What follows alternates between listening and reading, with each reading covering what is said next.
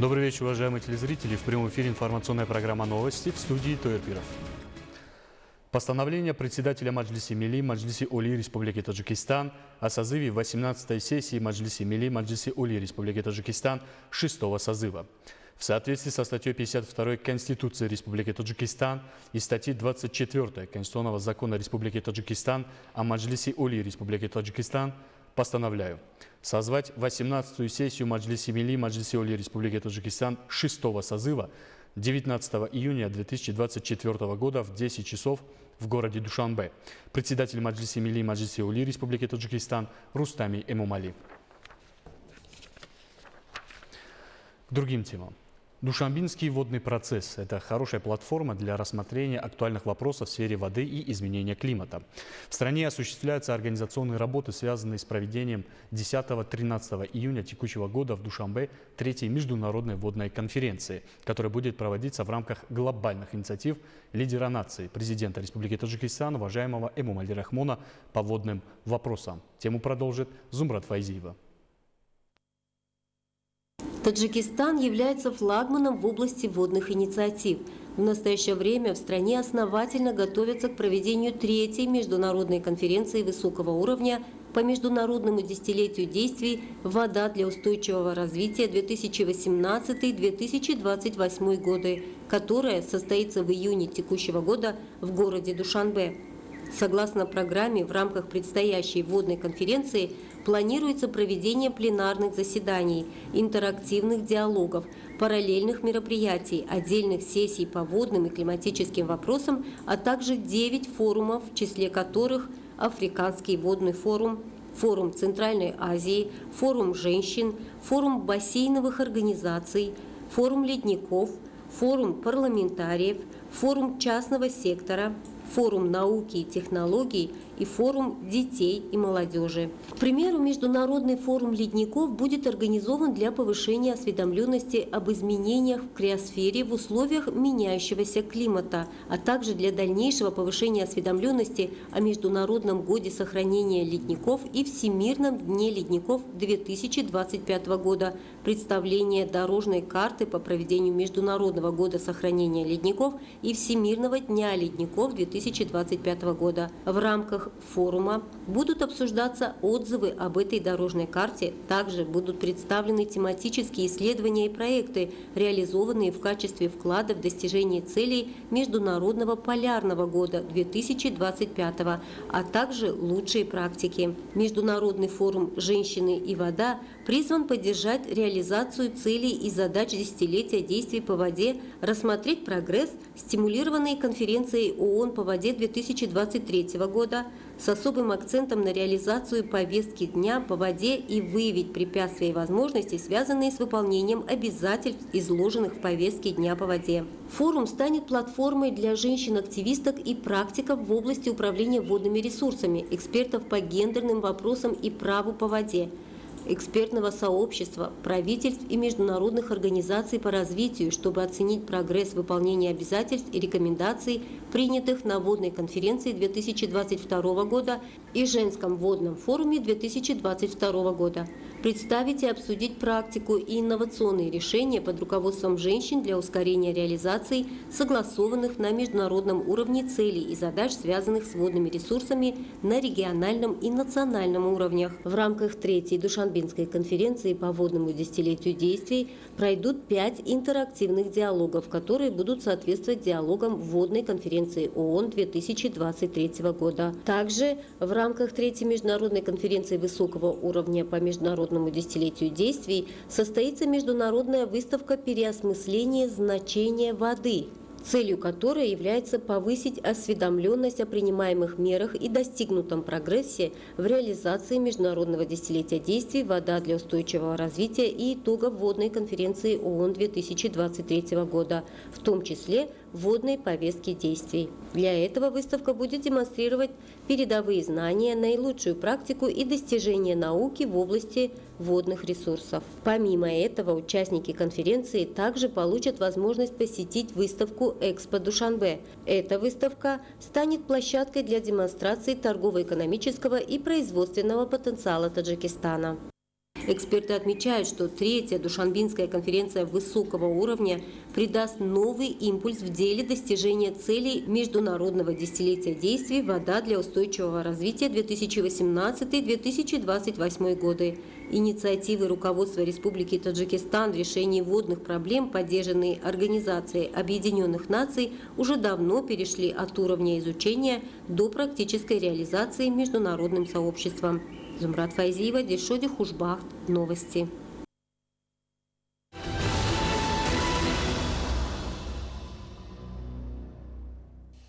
Коллективы хозяйств городов и районов страны повышают производственный и экспортный потенциал сельскохозяйственной продукции.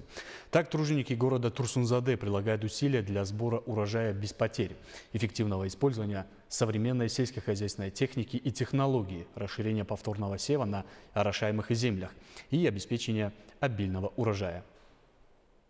Труженики города Турсунзаде наращивают производственный и экспортный потенциал сельскохозяйственной продукции. В настоящее время коллективы дихканских хозяйств занимаются сбором ранних огородных культур. До сегодняшнего дня на внутренний рынок и в зарубежные страны экспортировано около 22 тысяч тонн овощей. Кроме того, на площади около 9 тысяч гектаров проведен повторный сев различных злаковых культур, и этот процесс активно продолжается. Наряду с выращиванием огородных и бобовых культур труженики особое внимание уделяют развитию виноградарства. В этом плане хозяйства Турсунзаде славятся разнообразием сортов винограда, которые в основном являются высокоурожайными местными сортами. В последние годы заметно расширились площади тепличных хозяйств, а труженики города Турсунзаде, добившись значительных результатов в этом направлении, вносят свой вклад в обеспечение внутреннего рынка качественной и свежей сельскохозяйственной продукции. Жители, рационально используя свои приусадебные участки, создали добротные теплицы. Используя передовые методы и богатый опыт дихкан, труженики производят посадку, выращивание и сбор различных сельскохозяйственных культур. В современных условиях эффективное использование земли, получение с 1 гектара 2 и 3 урожаев, насыщение рынков страны свежей сельскохозяйственной продукцией требует от земледельцев большей ответственности, чем когда-либо прежде. По словам специалистов, рациональное использование воды и земли, увеличение объемов производства сельскохозяйственной продукции, правильное выращивание и сбор урожая способствуют изобилию фруктов и овощей на отечественном рынке и в целом обеспечению продовольственной безопасности страны.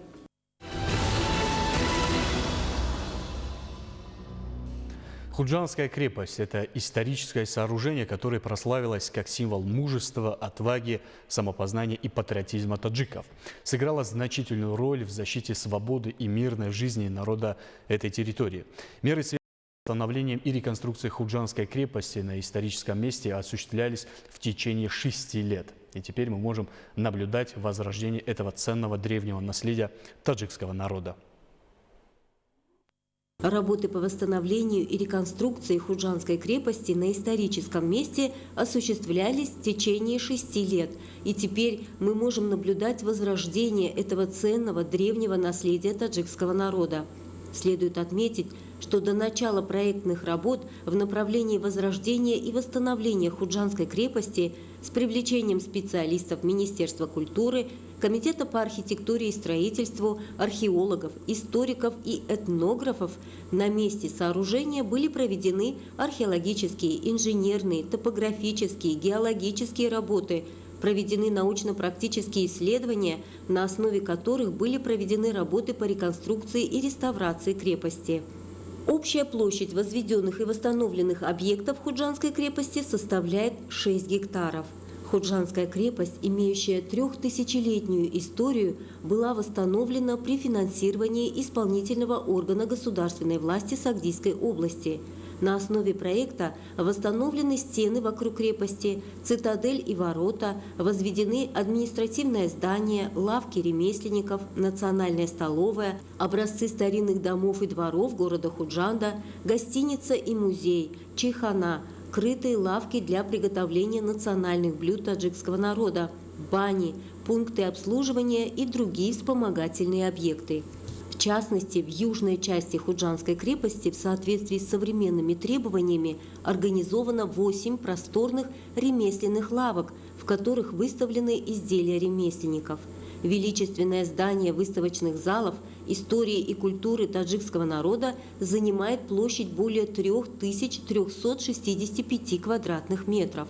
В оформлении здания, которое имеет 5 выставочных залов, использовано таджикское национальное искусство, такое как резьба по дереву и ганчу, кундаль, художественная обработка камня и другие виды искусства, выполненные лучшими мастерами своего дела.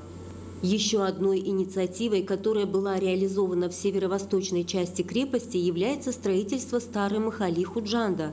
Дома и дворы в основном принадлежат рабочему классу, торговцам, ремесленникам и другим слоям культурного общества города, возрождение и строительство которых позволит представить миру древние традиции градожительства в Худжанде.